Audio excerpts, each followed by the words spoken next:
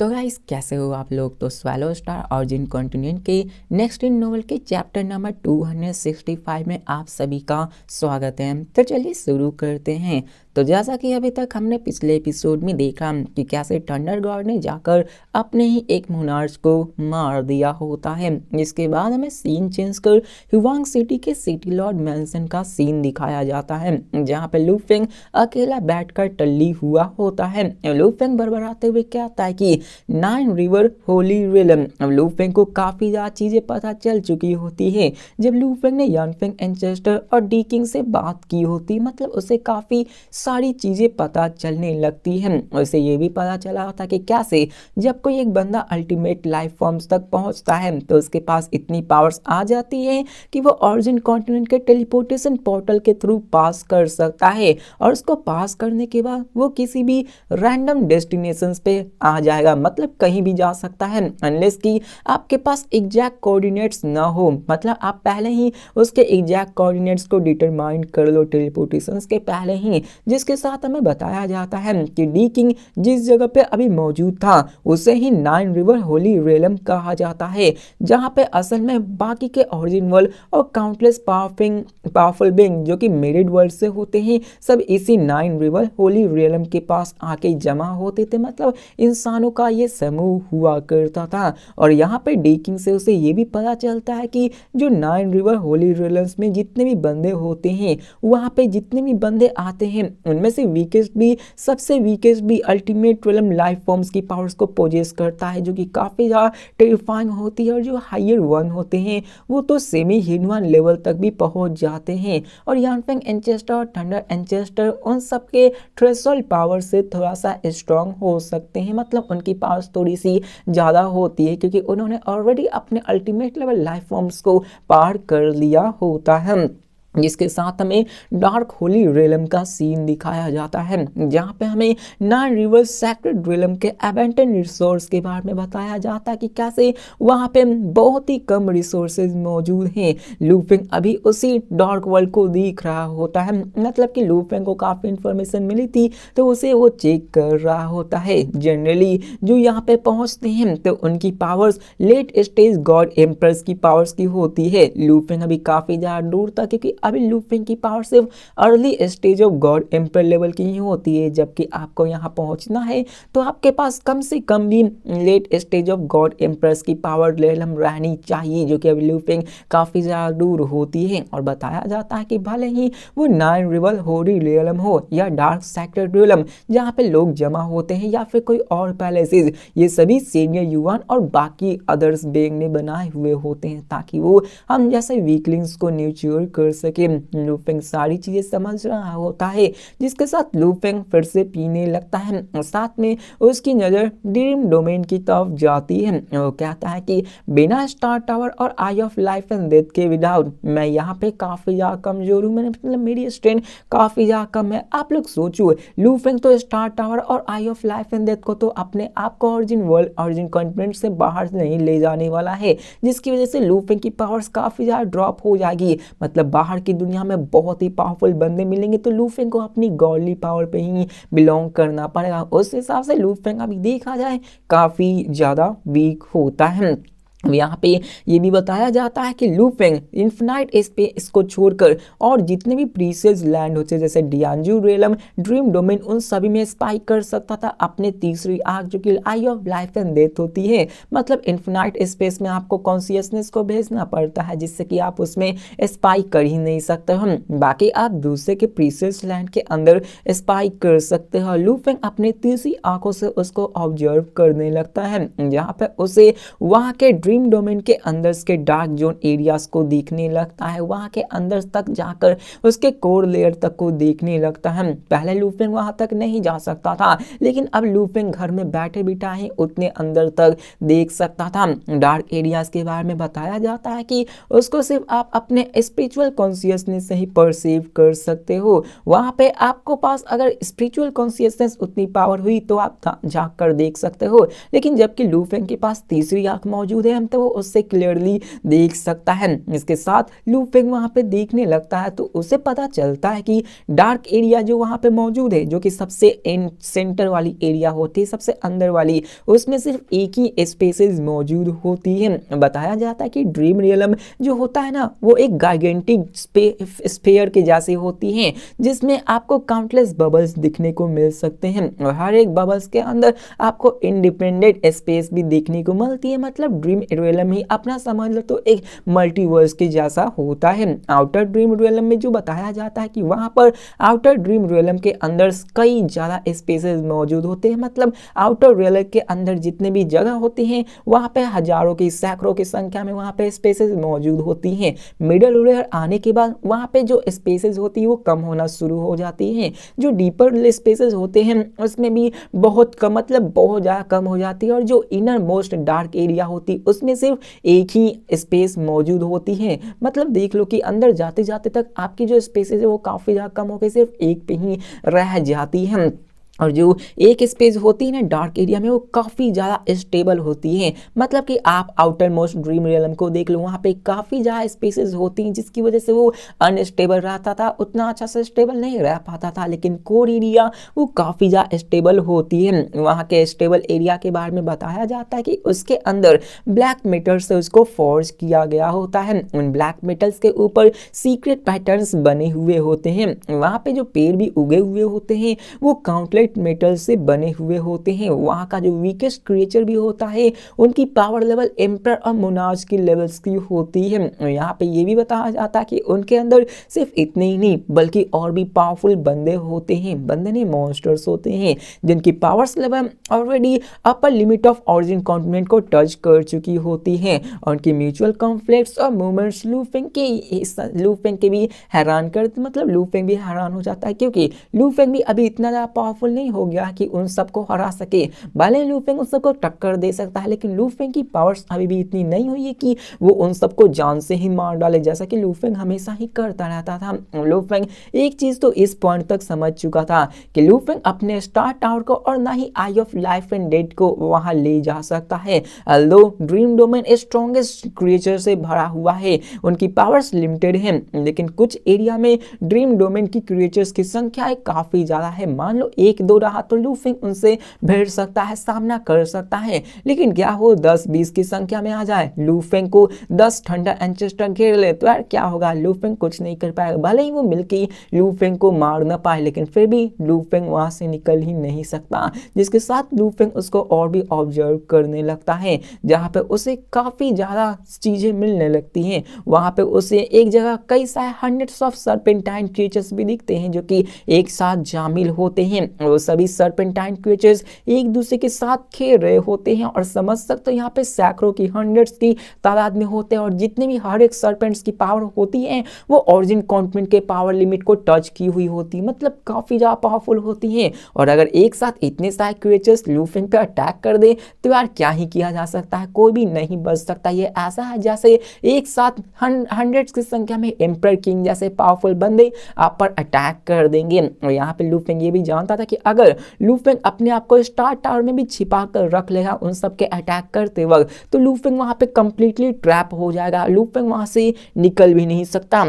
मतलब उतने सारे एम्प्रेस से आप घिरे हुए हो तो लू फेंग निकल ही नहीं सकता, मतलब वो आपको भागने भी नहीं देंगे, वहां पे ट्रैप करके रख देंगे। यहाँ तक कि ये भी ऐसा है क्योंकि स्टार टावर की पावर भी रिस्ट्रिक्टेड हुई होती है। आखिरकार लू फेंग कितनों को हिट करके भाग सकता है, एक को हिट किया दो को, लेकिन सैकड़ों की संख्या में यार लू फेंग के लिए भी अभी इम्पॉसिबल होता है। यहाँ तक कि यान फेंग एंचेस्टर और थंडर एंचेस्टर भी आकर लू फेंग को बचाने की कोशिश करेंगे तो कोई बात नहीं, वो भी लू फेंग को नहीं बचा सकते। लू फेंग से उन सबको देखने लगता है। लू फेंग को वहां पे कई सारे स्पेशल लाइफ रिमेन्स देखने को मिलते हैं, मतलब लू फेंग उनमें से सिर्फ एक ही को ले सकता है लेकिन वहां पर भी लू फेंग को कई सारे स्पेशल लाइफ रिमेन्स मिलते हैं। और क्या सकते हो कि स्पेशल लाइफ रिमेन्स को पाना इतना भी मुश्किल नहीं होता है। बस ये समझ लो कि आपके लाइफ में सिर्फ एक ही मिलेगी तो आपको अच्छी वाली चूज करनी पड़ेगी। जैसे जैसे शादी होती है तो वाइफ अच्छी होनी चाहिए, वरना यार क्या ही एक बार ही तो होती है। जिसके साथ लू फेंग वहां पे पूरी जगह जगह पे स्कैटर्स हुई चीज़ों को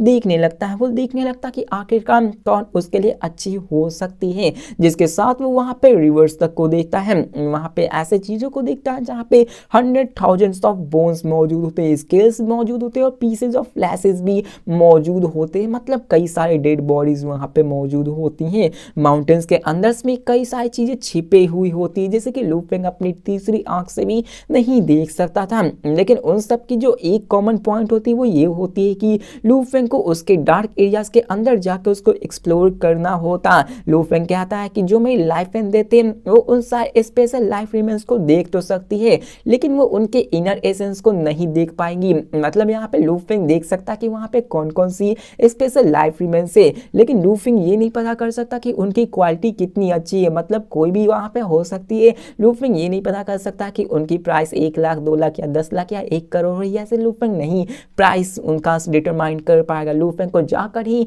देखना पड़ेगा।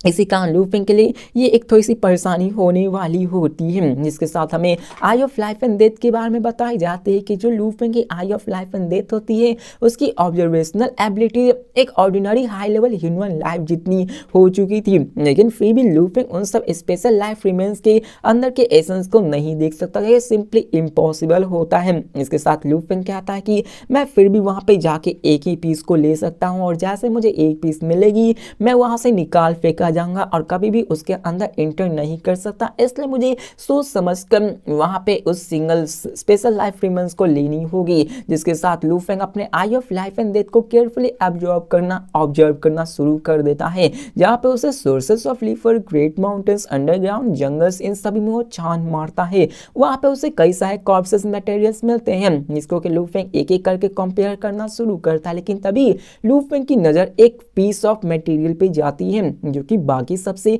काफी ज्यादा अनयूजुअल लग रही होती है, और वो पीस ऑफ मटेरियल असल में एक डार्क गोल्डन शार्प हॉर्न होती है। ये डार्क गोल्डन शार्प हॉर्न होती है वो असल में एक बहुत ही अंडरग्राउंड लैब्रिन्थ के अंदर होती है, जिसको कि बहुत सारे सेंटीपीड लाइक क्रिएचर्स उसको घेरे हुई होती। मतलब सैकड़ों की तादाद में सेंटीपीड क्रिएचर्स उसको घेर कर रखी हुई थी। ये क्रिएचर्स ऐसे बिहेव करते जैसा कि वो उसको वर्शिप करते हैं, वो उसको ये मानते हैं कि वो उनका खुदा है। मतलब कि ये गॉर्डियन काफी ज्यादा कह सकते हो कि काफी ज्यादा प्रीशियस लग रही होती है। अब लू फेंग उसको देखते हुए कहता है कि मेरी आई ऑफ लाइफ एंड डेथ वहां के डार्क एरियाज को भी एक्सप्लोर कर सकती, ऑब्जर्व कर सकती है, और मैं वहां पे सिर्फ इसी हॉर्न मटेरियल को देख पा रहा हूँ। इसको देखकर ये पता चलता है कि ये क्रिएचर्स जो कि इन्हें गार्ड कर रहे हैं, जो वो हॉर्न है वो काफी ज्यादा पावरफुल लग रही है। अब लू फेंग कहता है यही तो मुझे चाहिए थी। अब यहाँ पे लू फेंग ये समझ जाता है कि असल में जो हॉर्न है वो एक टेरिफाइंग लाइफ जो एनिमल जो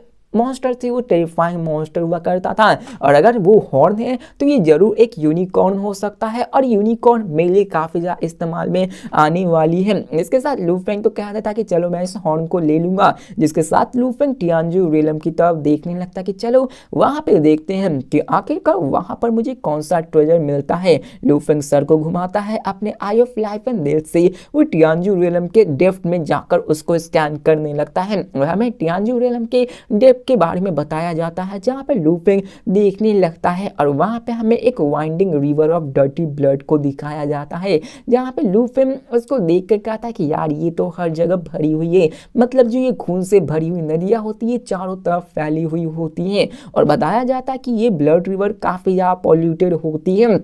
अगर इसमें कोई second realm of God king बंदा गिर जाए तो वो भी कंटेमिनेटेड हो जाएगा और इमिडिएटली मारा जाएगा, यहाँ तक कि उसके जो एक्सटर्नल क्लोन्स होंगे वो भी इस सोल कंटेमिनेशन की वजह से मारे जाएंगे। मतलब ये पॉल्यूशन जो होती है वो काफ़ी ज़्यादा खतरनाक होती है। ये भी बताया जाता है कि यहाँ पर कई सारे बोन माउंटेन्स भी होती है, मतलब हड्डियों की पहाड़ें बनी हुई होती हैं। साथ में यहाँ पे काउंटलेस गैप्स भी होते हैं जो कि असल में एक भूल भुलैये को दर्शा रहे होते हैं। जिसके साथ वहाँ पे हमें कई सारे लस प्लांट्स को भी दिखाया जाता है जो कि उसी ब्लड रिवर के ऊपर ग्रो हुए होते हैं और वो उसी बोन माउंटेन के साथ जुड़े हुए होते हैं। उनकी रूट्स अंडरग्राउंड तक गई हुई होती हैं। लू फेंग कहता है कि मैं ड्रीम रियलम को तो एक ही झटके में देख सकता था, लेकिन मैं अभी टियानजू रियलम के सिर्फ 10 से 20% के ही एरियाज को देख पा रहा हूँ। मैं ब्लड रिवर को भी क्लियरली नहीं देख पा रहा हूँ, और साथ में मैं बोन माउंटेन के भी सरफेस को ही देख पा रहा हूँ। उसके डीपेस्ट हिस्से को मैं जा जांच ही नहीं पा रहा, उसको परख ही नहीं पा रहा हूँ। बताया जाता है कि डीपेस्ट पार्ट्स में होता है जो वो अनक्लियर होती है। लूफिंग उसके अंदर तक झाँक कर नहीं देख सकता, यहाँ तक कि कह सकते हो कि सरफेस एरिया में भी लूफिंग को प्रॉब्लम होने लगी हुई होती है। लेकिन लूफिंग थोड़ा सा सर्टेन होता है कि ये जो डर्टी ब्लड रिवर है वो जरूर एक वर्ल्ड क्लास ह्यूमन लाइफ के बॉडी से बनी हुई, वो मरा होगा तो उसके ब्लड पॉल्यूशन इससे फॉर्म हुई होगी। और लूफिंग सोचने लगता है कि जिसकी खून ही इतनी ज्यादा पॉल्यूटेड हुई होगी तो यार वो बंदा कितना ज्यादा स्ट्रांग हो सकता है। लूफिंग इन्हीं सब के बारे में सोचने लगता है, जिसके साथ लूफिंग हंसते हुए कहता कि मैंने एक बार ब्लड रिवर के बारे में सुना था कि यहाँ पे बोन माउंटेन और ब्लड रिवर के अंदर आप आसानी से इनेट ट्रेजर्स को ढूंढ सकते हो। लेकिन लूफिंग को एक चीज बड़ी ही स्ट्रेंज लगती है कि चाहे वो ड्रीम डोमेन हो या फिर टियांजू रियलम, लूफिंग को एक भी इनेट ट्रेजर देखने को नहीं मिलती। मतलब लूफिंग को ये पता था कि वहां पर जो टियांजू रियलम है उसके अंदर इनेट ट्रेजर को ढूंढ पाना काफी ज्यादा आसान होता है, लेकिन लूफिंग अभी तक एक भी इनेट ट्रेजर को ढूंढ नहीं पाया होता है और सोचता है कि लगता है ऐसा है कि वो उन सारे नेचुरल ट्रेजर्स के अंदर छिपे हुए होंगे। और बात रहे स्पेशल लाइफ की तो लूफिंग उनको उसके अंदर ढूंढना शुरू करता है। लूफिंग को सिर्फ कचरे के अलावा कुछ नहीं मिलता, पूरा का पूरा ब्लड रिवर ही कचरे से भरी हुई होती है, यहाँ तक कि माउंटेन्स भी बोन से भरी हुई होती है, जो माउंटेन ऑफ बोन्स होती है वो भी कचरे से भरी हुई होती है। लूफिंग को इन सब देखने के बाद रियलाइज हो जाता है कि लूफिंग के पास अभी एबिलिटी नहीं है, अभी वो सिर्फ उन सबको देख ही सकता है, क्योंकि वो ये जानता था कि वहाँ का प्रेशर कितना ज़्यादा टेरिफाइंग होने वाला है। जिसके साथ लूफिंग वहां पे उसी टियांजू रियलम के डीप एरियाज के अंदर स्कैन करना शुरू करता है। फाइनली वो कहता है कि यही वो जगह है और फाइनली लूफिंग एक लोकेशन को चूज करता है। बताया जाता है कि आई ऑफ लाइफ एंड डेथ के अकॉर्डिंग में लूफिंग को वहां पर टोटल में 389 फ्लैशेस मिलती है, जहां पे हमें सेंट्रल बोन माउंटेन का सीन दिखाया जाता है, जहां पे उस सेंट्रल बोन माउंटेन के बीच में ही एक बड़ी सी ब्लैक बोन मौजूद होती है जो कि टूटे हुए हड्डियों में बटी हुई होती है। और वहां पे टोटल उन टूटे हुए हड्डियों की संख्या 9 में होती है। वहां पे लूफिंग कहता है कि जैसा कि वहां पे 9 ब्लैक बोन्स मौजूद है तो मैं उनमें से एक बोन्स को तो ले ही पाऊंगा, मतलब 9 ब्लैक बोन्स हैं तो उनमें से लूफिंग एक को लेने की सोचता है। लो ये बताया जाता है कि लूफिंग ने अपने आप को प्लान कर लिया था कि उसे क्या चाहिए, लेकिन लूफिंग ये भी जानता था कि टियांजू रियलम असल में 2 नेशंस के रॉयल फैमिलीज के द्वारा गार्ड की जाती है। लेकिन क्या करे, वो पहले की बात थी, अभी वो बंदे लूफिंग को रोक भी नहीं सकते थे, मतलब उनकी पावर्स थी नहीं कि लूफिंग को अंदर जाने से रोका जा सके, क्योंकि यहाँ पे टियांजू रियलम को उन दोनों रॉयल फैमिलीज ने क्या सकता कि यार अपना मोनोपोली जता रखा था कि मेरे अलावा वहां में कोई इंटर कर ही नहीं सकता। इसी के साथ लूफिंग अपने एक पावरफुल क्लोन को उसके अंदर भेजता है और ये क्लोन काफी पावरफुल होती है। इसके पास जो स्ट्रेंथ होती है उसकी फिजिकल बॉडी ही गॉड एम्पर की पावर्स को पोजेस करती है। इसके साथ अपना लूफिंग अपने उसी क्लोन्स को उसी बोन माउंटेन रेस के डीपर हिस्से में फोर्सफुली भेज देता है, जहां पे उसको और भी प्रेशर्स महसूस होने लगते हैं। लेकिन क्या करें, वो प्रेशर्स भी असल में ओरिजिन कॉन्टिनेंट के अपर लिमिट तक ही होते हैं, वहां तक ही होते हैं, इसलिए लूफिंग को घंटा फर्क नहीं पड़ता। लूफिंग धीरे धीरे करते हुए उस कोर एरियाज के अंदर पहुंच जाता है और साथ में वो बोन माउंटेन के डेप्थ तक पहुंच जाता है, जहां पे ब्लैक बोन्स मौजूद होती, वही 9 सेक्शंस में बटी हुई, और 9 सेगमेंट्स जो ब्लैक बोन होती उसके अंदर और भी टेरिफाइंग ऑरा निकल रही होती है। और लूफिंग जैसे उसको टच करता है उसके अंदर एक इनविजिबल मैसेज ट्रांसमिट होती है, जहाँ पे वही मैसेज आती है कि तुम सिर्फ एक ही पीस को ले जा सकते हो, एक बार तुम ले गए तो फिर तुम कभी भी यहाँ पे आकर और स्पेशल लाइफ रिमेंस को नहीं ले जा सकते हो। यहाँ पे लूफिंग उसको उठाने की कोशिश करता है, लेकिन लूफिंग जब उसको मूव करता है तो उसको एहसास होता है कि ये काफ़ी ज़्यादा भारी है, लेकिन लूफिंग उसको अपने personal God emperor level treasures के अंदर स्टोर कर लेता, मतलब अपने स्टोरेज रिंग के अंदर उसको स्टोर कर लेता है। ये जो गॉड एम्पर लेवल ट्रेजर होती है वो ड्रीपिंग वाटर फ्लाइंग बोट होती है, उसी के अंदर लूफिंग ने उस टूटी हुई हड्डियों में से एक को रख लिया होता है। अब यहाँ पे हमें बताया जाता है कि लूफिंग की जो स्ट्रेंथ होती है उससे लूफिंग टियांजू रियलम के अंदर जो स्पेशल लाइफ रिमेंस होती है उसको आसानी से ऑब्टेन कर लिया होता है। लेकिन बात रहे जो डार्क गोल्डन हॉर्न की, जो कि लूफिंग को ड्रीम डोमेन से मिली होती है, उसे एक्वायर करना काफी ज्यादा मुश्किल होता है, मतलब लूफिंग उसको चाहकर भी अभी नहीं ले पा रहा होता। लूफिंग ने सैकड़ों हंड्रेड्स टाइम्स वहां पे ट्राई की होती है,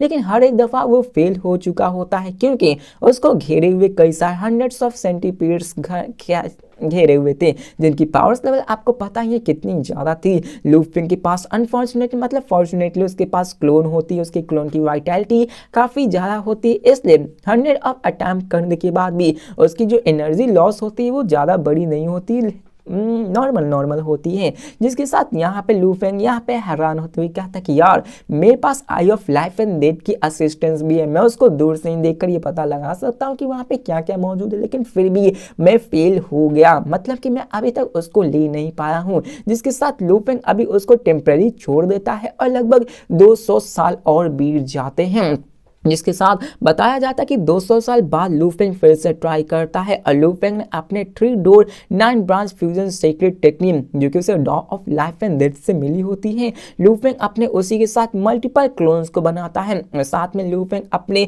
फिर से उसको पाने की कोशिश करने लगता है और उसी के साथ अपने तीसरी आंख के रिमोट ऑब्जर्वेशन से प्लान बनाने लगता है और सेम टू सेम वैसा ही करता है जैसे आपने कहानियों में सुना होगा कि कैसे आप वहाँ पे जो गुफा के अंदर शेर मौजूद है उसके अंदर कोई ट्रेजर है तो सबसे पहले शेर को ही वहां से भगा लो, फिर आराम से दूसरे बॉडी को भेजकर वहां से उसके ट्रेजर को निकाल। तो same to same Lu Feng ऐसा ही करता है, जितने भी सेंटीपीड उन सबको घेरे हुए होते हैं वहां पर लू फेंग उन सबको अपनी दूसरी क्लोन से उसको दूसरी तरफ ले जाता कि आओ यार मेरे पीछे आओ। जिसके साथ लू फेंग फाइनली इस तरीके को यूज करके उसको ले लेता है, उस डार्क गोल्डन स्टार फाउंड्स को पा लेता है। मैं ये सोचता हूँ यार लू फेंग को ऑलरेडी 200 साल पहले ऐसे तरकीब लगानी चाहिए थी, लू फेंग यार इतना तेज है, क्या पता हो सकता है कुछ भी लू फेंग 200 साल बाद काफी ज्यादा पावरफुल भी तो हो गया होता है, क्योंकि उसने अपने आप को 9 ब्रांच फ्यूजन सीक्रेट टेक्निक्स को डेवलप कर लिया होता है जो कि 3 डोर टेक्निक होती है। इसके साथ ये भी बताया जाता है कि लू फेंग के पास अभी 2 मोस्ट इंपॉर्टेंट ट्रेजर आ चुकी होती है जो कि ऑरिजिन कॉन्टिनेंट पे जनरली अवेलेबल होती है, जो कि गॉड एम्पायर लेवल की होती है, जो कि लू फेंग उनको पढ़ना शुरू कर देता है। इसके साथ लू फेंग अपने eye of life and death से उनको ऑब्जर्व करना शुरू करता है और क्या आता है कि ये दोनों ट्रेजर्स तो काफी ज्यादा एक्स्ट्रा ऑर्डिनरी है, मतलब कि यार 2 मिलेंगे तो एक्स्ट्रा ऑर्डिनरी तो होंगे ही। जो ब्लैक बोन होते हैं, जो सेगमेंट होता है ब्लैक बोन का सेगमेंट, उसके अंदर एक हॉर्न मौजूद होता है, लेकिन उस एक सिंगल हॉर्न के अंदर ही काउंटलेस एंडलेस मिस्ट्रीज मौजूद होती हैं। लो यहाँ पे वो आई ऑफ लाइफ एंड डेथ से थोड़ी सी इंफीरियर थी, लेकिन उसके अंदर जो पावर्स थी वो काफी ज्यादा प्योर होती है और लू फेंग उसके अंदर इसको पढ़ने लगता है, जहाँ पे उसे पता चलता कि असल में उस हॉर्न के अंदर सोल एंड विल पावर की मिस्ट्रीज छिपी हुई होती है। मतलब कि आगे आने वाले एपिसोड में हम लोग लू फेंग की विल पावर सोल पावर्स को काफी ज्यादा स्ट्रॉन्ग होता देख सकते हैं, क्योंकि इसके अंदर वही मिस्ट्रीज है जिसको कि लू फेंग अभी पढ़ने वाला है।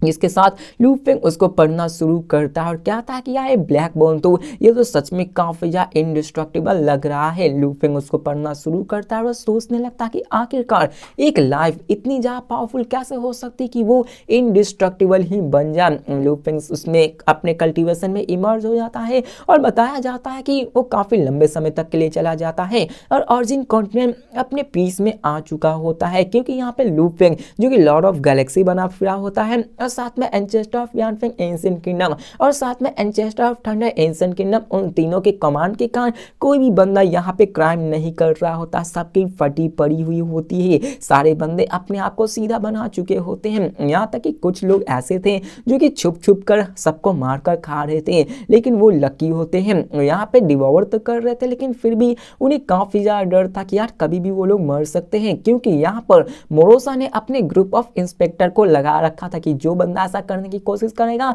यार घर में उसके घुस के मारेंगे, किसी की मजाल नहीं जो हमें रोक सके। अब दिखाया जाता कि ऐसे ही अननोइंगली 500 साल बीत चुके होते हैं, वो दिन से जब तक लू फेंग ने एंसेस्टर से फाइट की होती ठंडे एंसेस्टर से, उस समय से लेके अभी तक 500 साल और बीत चुके होते हैं। इसी के साथ हमें यानफेंग एंशिएंट किंगडम्स के एक बहुत बड़ा स्पेस के अंदर सीन दिखाया जाता है, जहाँ पे 11 थॉट्स एक साथ कन्वर्ज हो जाते हैं और वो सभी असल में 11 एम्परर्स होते हैं। एक तो बेचारा मारा गया और दूसरा जो होता है डी किंग, वो तो अपने सेक्लूजन में होगा, जिसके साथ डियान वहां पे आता है और क्या आता है कि देखो जो लुओ है गेस्ट एल्डर है वो टियांजू रियलम को मिलेनियम ईयर्स तक गार्ड कर रहा था, मतलब 1000 ईयर्स तक उसको गार्ड कर रहा था और ये टाइम आ चुका है कि उसको ये जगह छोड़ने की, क्योंकि यार टियांजू रियलम को गार्ड करना इतना भी आसान नहीं होता, मतलब कि ऐसे किसी को आप नहीं दे सकते हो। और क्या आता है कि अभी के फिलहाल हम किसी और गेस्ट एल्डर को नहीं दे सकते हैं, क्योंकि यहाँ पे जो टियांजू रियलम को गार्ड करने का सपना होता है वो सभी ग्रेटेस्ट एल्डर्स का होता है। मतलब कि आप वहां पे आउटर लेयर को गार्ड कर रहे हो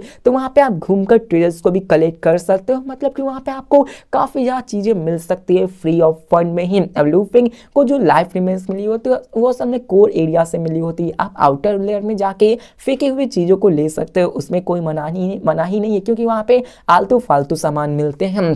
इसके साथ यहाँ पे हमें बाकी एम्प्रेस का सीन दिखाया जाता है, जहाँ पे डियान और बाकी के जो यूजुअली एम्प्रेस होते हैं वो बहुत ज़्यादा ओबीडियंट होते हैं गेस्ट एल्डर्स, इसलिए वो यहाँ पे काफ़ी ज़्यादा अनहैप्पी होते हैं कि लू ही ने 1000 ईयर्स तक उसको ऑक्यूपाई कर रखा था। मतलब कोई भी नहीं चाहता था कि यार लू ही वहाँ पर जाके 1000 साल तक बैठा रहे, वहाँ पे हमें भी जाने का मौका मिल सके। इसके साथ डीवू को दिखाया जाता है जो कहती है कि यार जो गेस्ट एल्डर्स है उसे नहीं समझ में आ रही, आखिरकार हम उसे 1000 साल तक कैसे, मतलब यहाँ पे ये समझ लो कि यार सब लोग काफी ज्यादा नाराज थे जो कि लू फेंग से नाराज, मतलब लू फेंग के साथ दुश्मनी कर रखे थे। वो सब लू फेंग से काफी ज्यादा नाराज हो रखे थे कि यार उसकी इतनी मजाल कैसे है कि वो वहां पर बैठकर ये सब कर रहा था। यहाँ पे वो अपने एम्पर चू पे भी काफी ज्यादा गुस्सा होते हैं कि यार एम्पर चू की वजह से ही ये सब हुआ है। अब डीचू के साथ भी बाकी सारे एम्प्रेस का काफी ज्यादा झगड़ा चल रहा था। इसी का नेचुरली ये था कि वो लू ही से भी काफी ज्यादा नफरत होती। इसके साथ डीचू की तरफ डीवू देखते हुए कहता है कि जबकि यहाँ पे